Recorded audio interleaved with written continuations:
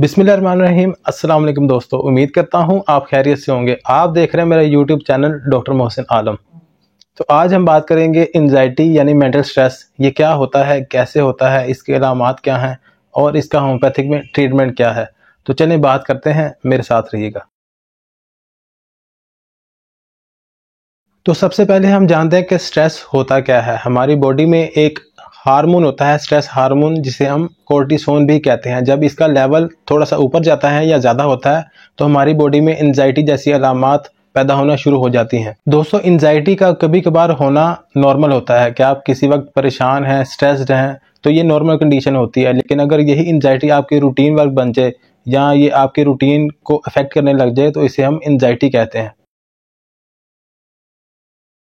इसकी कुछ वजूहात के बारे में जानते हैं। दोस्तों, एंजाइटी की काफ़ी वजूहात होती हैं, लेकिन चंद एक मैं आपसे डिस्कस करूंगा। जो लोग काफ़ी लंबे अरसे से किसी बीमारी में मुब्तला हैं उनको एंजाइटी हो सकती है। अगर आपके किसी फैमिली मेम्बर, रिश्तेदार की डेथ हो जाती है तो भी आपको एंजाइटी हो सकती है। बल्कि कुछ लोग डेथ फियर का शिकार हो जाते हैं और वो अपने आप को इतनी पैनिक कंडीशन में ले जाते हैं, पैनिक हो जाते हैं कि उनको एंजाइटी हो जाती है। जिन लोगों की काफ़ी लंबे अरसे से मेडिकेशन चल रही है, जो डायबिटीज़ पेशेंट्स हैं, हार्ट पेशेंट्स हैं या थायराइड के पेशेंट्स हैं, तो उनमें भी एंजाइटी देखने को मिलती है। कुछ लोगों को कारोबारी और नौकरी के मसाइल से भी डिप्रेशन हो जाता है। लेकिन हम डिप्रेशन की कोई एक वजह को डिफाइन नहीं कर सकते, इनमें से कोई एक भी हो सकती है। अब हम इसके कुछ सिम्टम्स की बात करते हैं।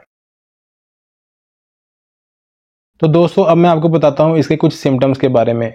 इम्यूनिटी सिस्टम कमज़ोर हो जाता है, डाइजेस्टिव सिस्टम कमज़ोर हो जाता है, ब्लड प्रेशर हाई हो जाता है, सांस नॉर्मल से ज़्यादा तेज़ चलती है, पल्स तेज़ हो जाती है, हाथों और पाँव में पसीना आता है, हाथ और पाँव कांपने लगते हैं और मरीज का जिस्म बेजान हो जाता है, जुबान लड़खड़ाने लगती है, मरीज को बहुत जल्द गुस्सा आ जाता है जिसके पीछे कोई रीज़न नहीं होती। और ये सब अलामात अगर कभी कभार होती हैं तो ये नॉर्मल होता है, और अगर रूटीन से डेली होती हैं तो मरीज डिप्रेशन का शिकार हो गया है। तो अब हम बात कर लेते हैं होम्योपैथिक मेडिसिन की।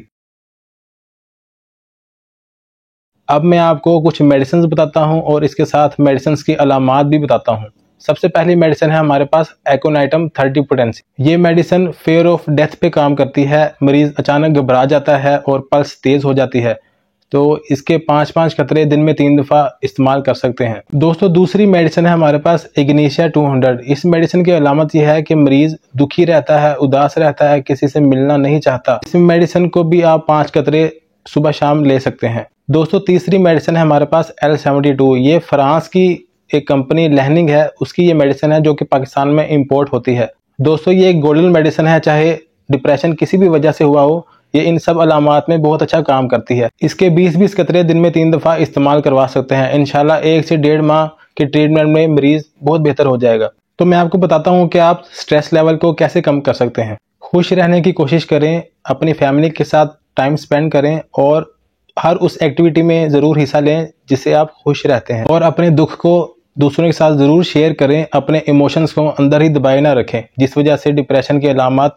मजीद बढ़ जाती हैं। वॉक करें, डाइट का ख्याल रखें, एक्सरसाइज करें और एक मुसलमान होने की हैसियत से नमाज की पाबंदी ज़रूर करें, क्योंकि नमाज में बहुत ज़्यादा सुकून है। उम्मीद करता हूँ दोस्तों आपको आज की ये मेरी वीडियो पसंद आई होगी। वीडियो पसंद आई हो तो वीडियो को लाइक कीजिए और चैनल को सब्सक्राइब कीजिए। मुझे अपनी दुआओं में याद रखिएगा। इंशाल्लाह फिर मुलाकात होगी। अल्लाह हाफिज़।